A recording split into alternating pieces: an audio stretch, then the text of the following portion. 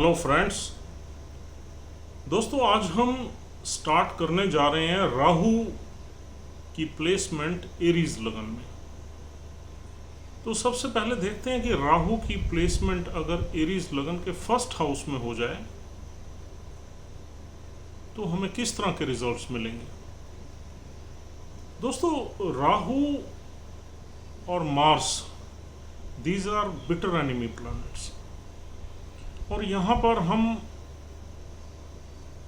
ऐसा मानते हैं कि यहाँ पर राहु एरीज लगन में बैठ के बहुत अमेजिंग रिजल्ट्स नहीं देंगे, और अगर कुछ अमेजिंग रिजल्ट्स देंगे भी सही तो उनके साथ साथ कुछ बैड रिजल्ट्स भी जरूर देंगे। तो आइए देखते हैं कि राहु की प्लेसमेंट अगर फर्स्ट हाउस में हो जाए, यानी कि एरीज साइन में हो जाए, तो हम क्या देखेंगे। यहां पर राहु के आने से नेटिव को ये बहुत ही ज्यादा बोल्ड बना देंगे, एग्रेसिव बना देंगे, एरोगेंट बना देंगे, प्राउड बना देंगे।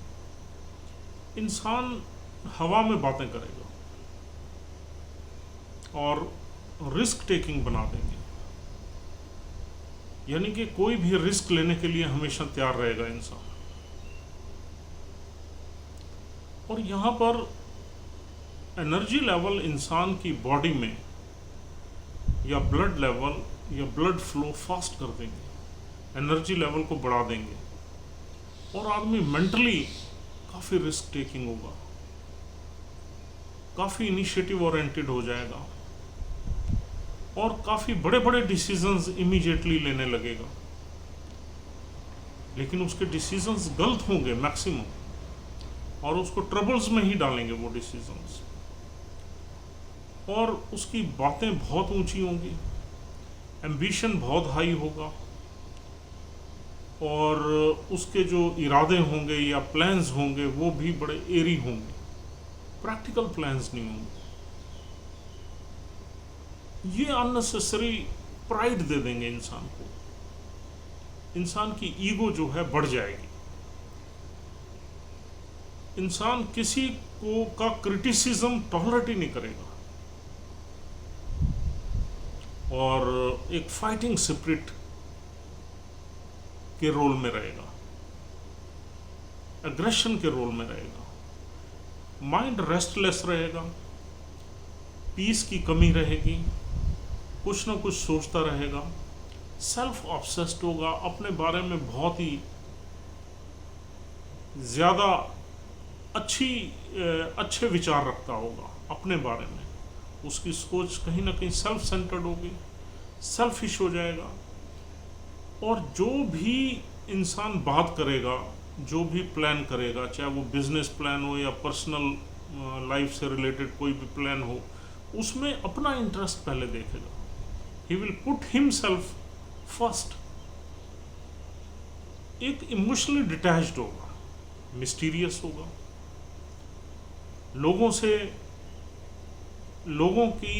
के दर्द को या लोगों के दुखों से उससे ज़्यादा कोई वास्ता नहीं होगा।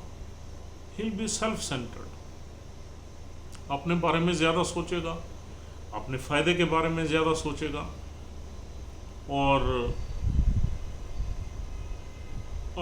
कहीं ना कहीं मटेरियलिस्टिक अप्रोच हो जाएगी उसकी लाइफ की तरफ, और हर जगह वो मटेरियलिस्टिक गेन्स की सोचेगा। और दोस्तों, सीक्रेटिव हो जाएगा। ही will not a dependable person, he will not a trustworthy person. उसमें क्लेवरनेस का भाव भी रहेगा, और जहाँ भी उसे मौका मिलेगा किसी को चीट भी कर लेगा। तो दोस्तों, ये कुछ कैरेक्टरिस्टिक्स जो नेगेटिव हैं ज़्यादातर, वो यहाँ बैठे हुए राहु ने नेटिव को दे देनी है। अब हम देख लेते हैं कुछ पॉजिटिव चीज़ें भी देख लेते हैं।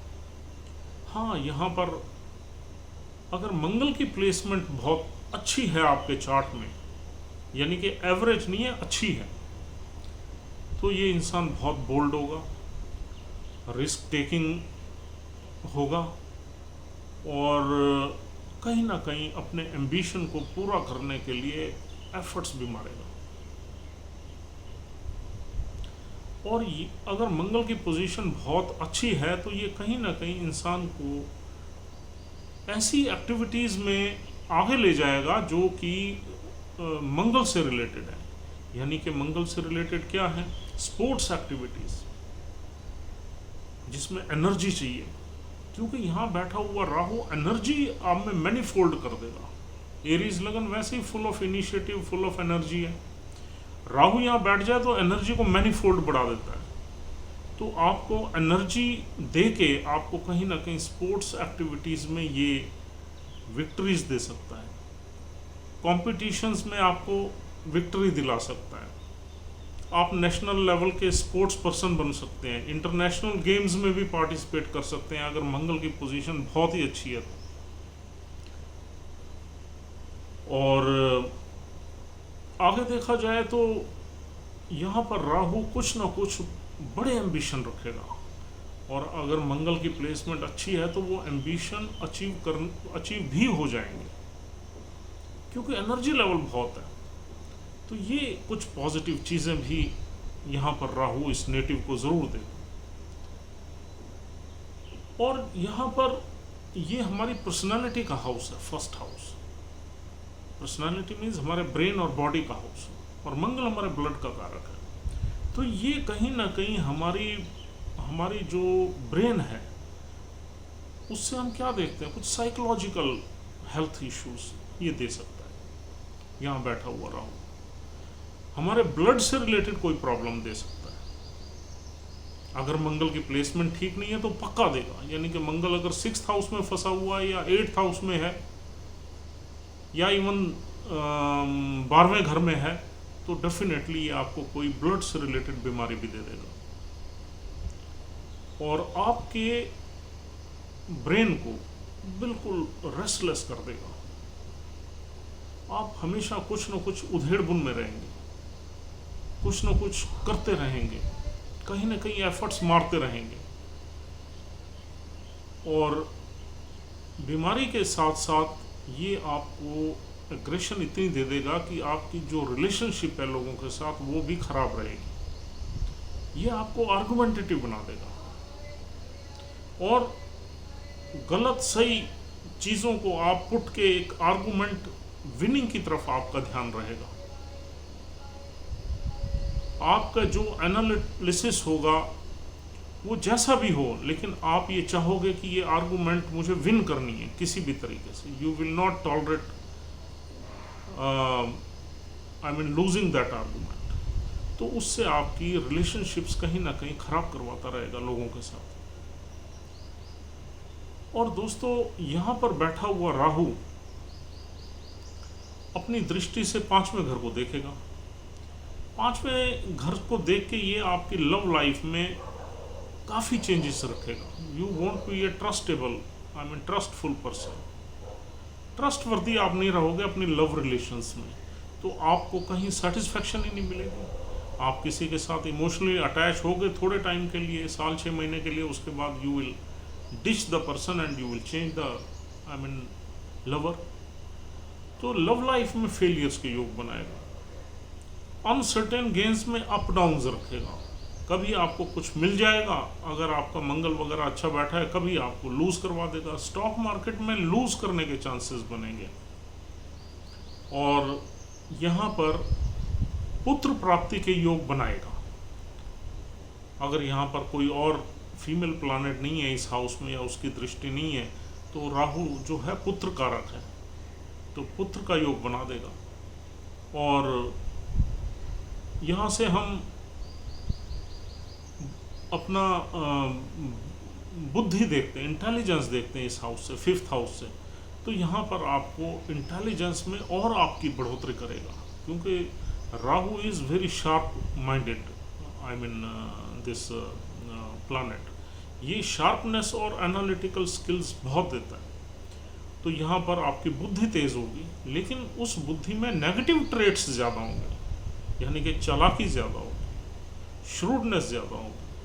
तो इस तरह का आपको बुद्धि ये दे देगा। तो दोस्तों इसकी 7th एस्पेक्ट पड़ेगी आपके 7th हाउस पे। तो 7th हाउस पे ऐसा माना जाता है कि केतु विराजमान है।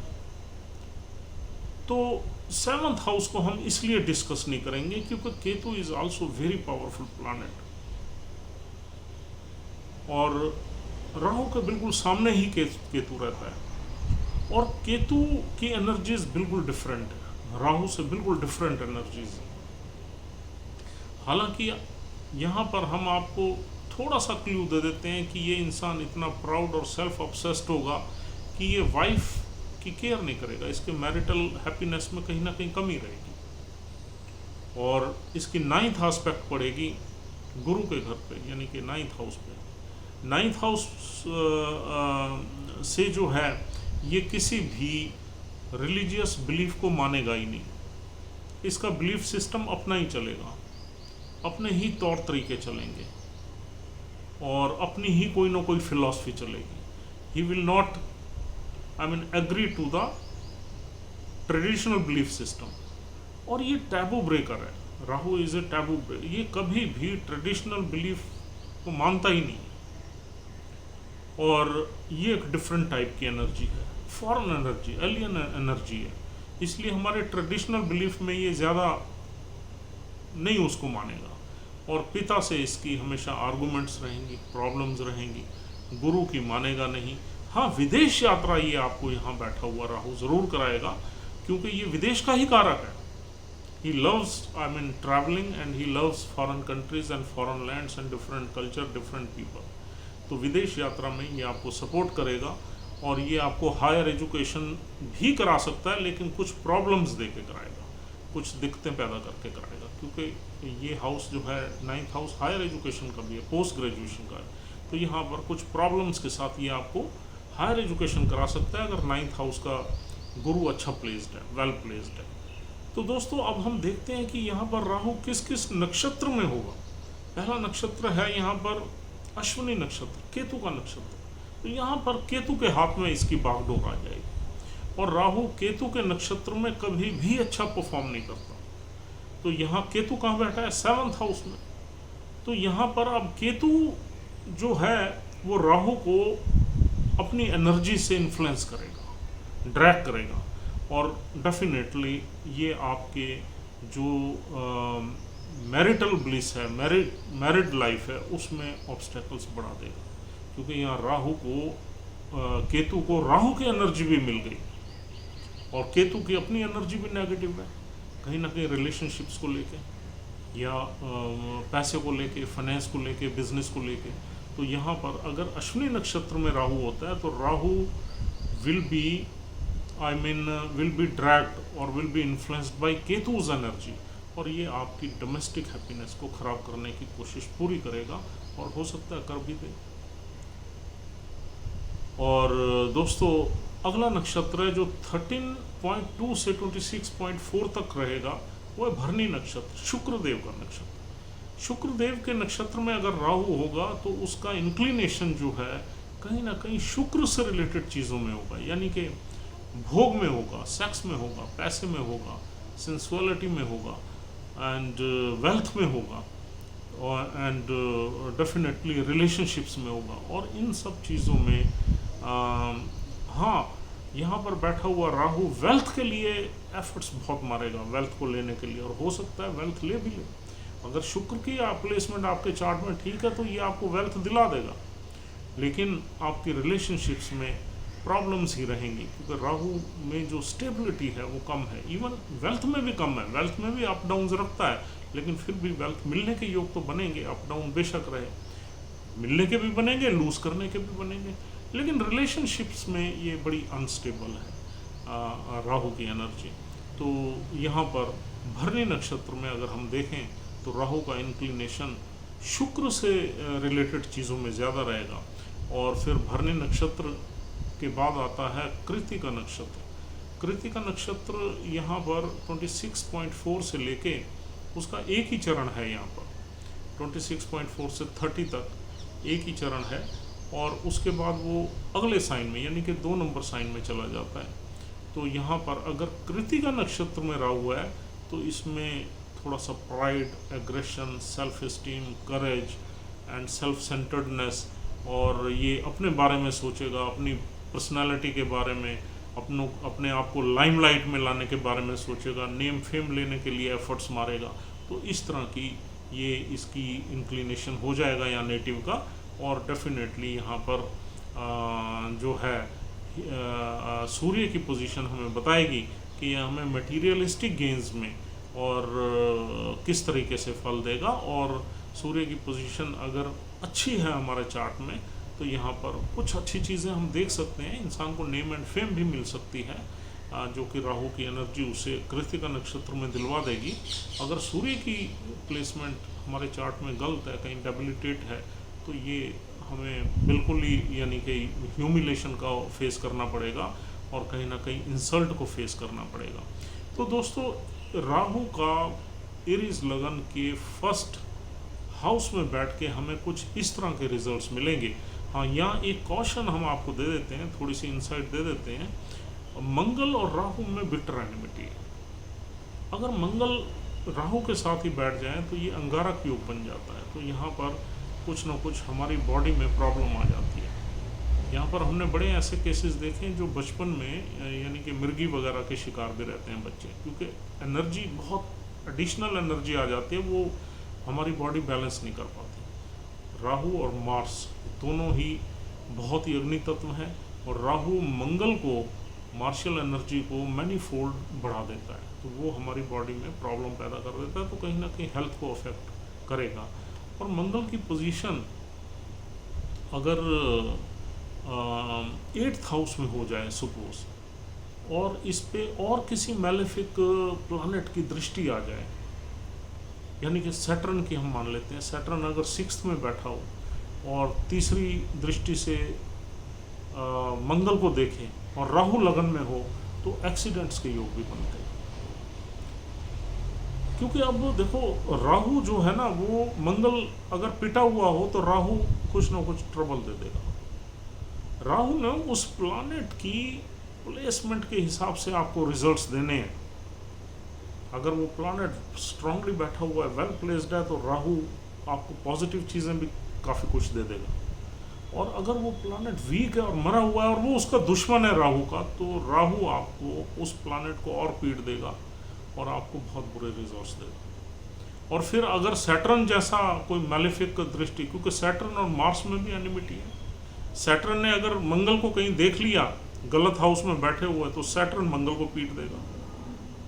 और इधर से राहु भी एनिमी है मंगल का, तो आपको 8th हाउस से हम क्या देखते हैं, sudden events, accidents, surgeries, health problems. तो इस तरह की कोई प्रॉब्लम क्रिएट कर देगा। तो दिस इज़ द इनसाइट। आप जब भी प्लैनेट्स को स्टडी करो, एनालाइज करो, तो ये आपको कॉम्बिनेशन ज़रूर देखने हैं। आपको थोड़ा सा अपना भी एनालिसिस, पर्सनल एनालिसिस भी हमारे एनालिसिस में ऐड करना है, तभी आप किसी कंक्लूजन पे पहुंचोगे। So friends, this is all for the day. I hope this is a useful conversation for you, and if you are liking our videos, please subscribe our channel. And as usual, my number is 9899105355. If you want to contact me, you can dial this number. So have a nice time. We'll see you tomorrow, and thank you very much for watching this video.